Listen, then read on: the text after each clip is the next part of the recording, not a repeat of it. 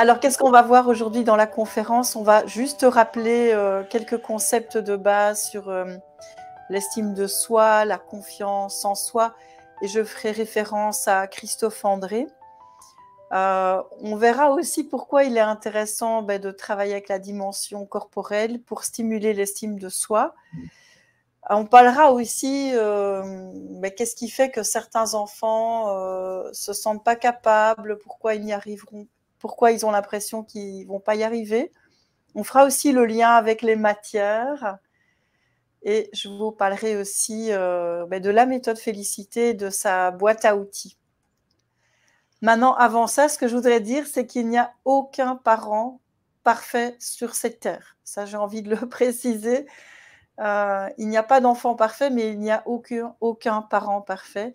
Nous sommes tous là pour apprendre et nous faisons tous du mieux qu'on peut aussi avec ce qu'on a reçu, et nos parents ont fait du mieux qu'ils pouvaient avec ce qu'ils ont reçu. Voilà, j'ai envie de le préciser aussi.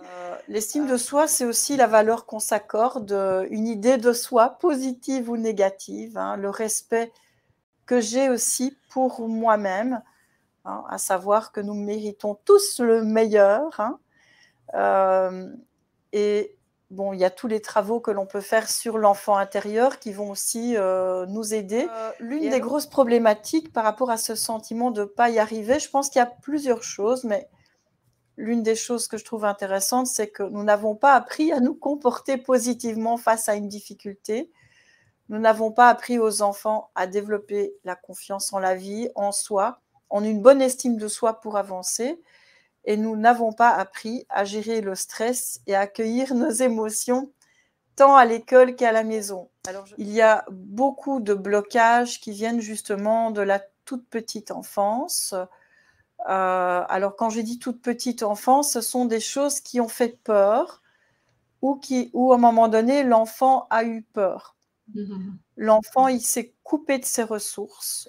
Ce qui est intéressant, c'est de pouvoir associer la dimension émotionnelle et corporelle, en fait. Ça, c'est vraiment intéressant d'associer les deux pour justement ancrer le travail et vraiment de créer ce qu'on appelle une empreinte pour créer une mémoire, en fait. Et on peut libérer les peurs justement avec le mouvement, avec la présence et avec la respiration, pour aider les enfants à s'ouvrir à leur potentiel, et en travaillant aussi avec la dimension du cœur. Et tout ça, bien sûr, au rythme de l'enfant, et dans la bienveillance et dans le respect. Au début, on va activer le potentiel, parce que c'est vrai que quand on n'a pas beaucoup confiance en soi, mais souvent, il n'y a pas beaucoup d'énergie dans le corps, en fait. Hein. Il n'y a pas assez d'énergie.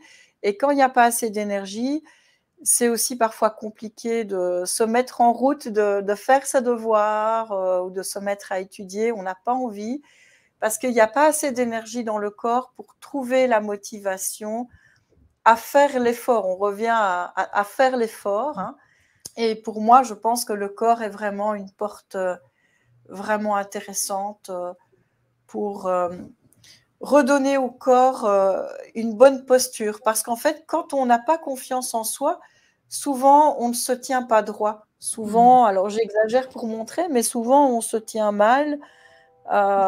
Et on sait aujourd'hui que pour avoir une bonne estime de soi, pour développer l'estime de soi, la posture du corps est importante. Hein.